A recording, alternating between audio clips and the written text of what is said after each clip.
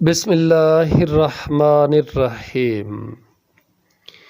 کیا آپ نے نہیں دیکھا ان لوگوں کی طرف جو کتاب میں ایک حصہ دیے گئے وہ بتوں پر اور باطل معبود پر ایمان رکھتے ہیں، اور ان لوگوں کے لیے کہتے ہیں جنہوں نے کفر کیا یہ ان لوگوں سے زیادہ ہدایت کے راستے پر ہیں جو ایمان لائے۔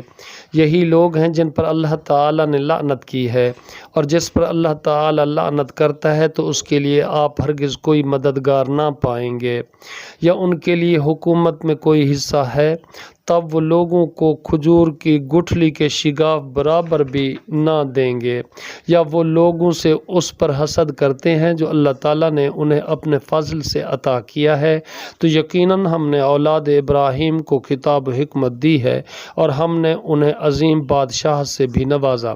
پھر ان میں سے کوئی ہے جو اس پر ایمان لایا، اور ان میں سے کوئی ہے جو اس سے منہ موڑ گیا، اور جلانے کو جہنم ہی کافی ہے۔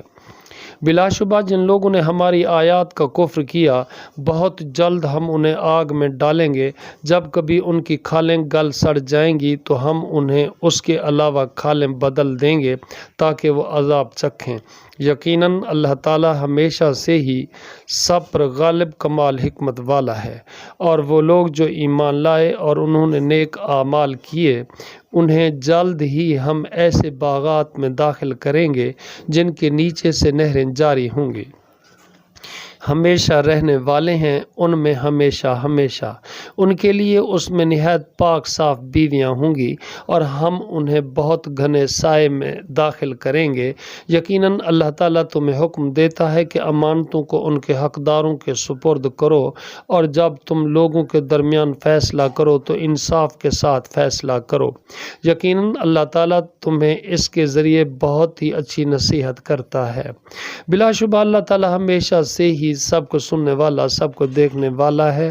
اے لوگو جو ایمان لائے ہو، اللہ تعالیٰ کی اطاعت کرو اور اللہ تعالیٰ کے رسول کی اطاعت کرو، اور اپنے میں سے حکم دینے والوں کی اطاعت کرو۔ پھر اگر کسی چیز پر تم آپس میں جھگڑ پڑو تو اس کو اللہ تعالیٰ اور اس کے رسول کی طرف لوٹا دو۔ اگر تم اللہ تعالیٰ اور آخرت کے دن پر ایمان رکھتے ہو یہ بہتر ہے اور انجام کے لحاظ سے زیادہ اچھا ہے۔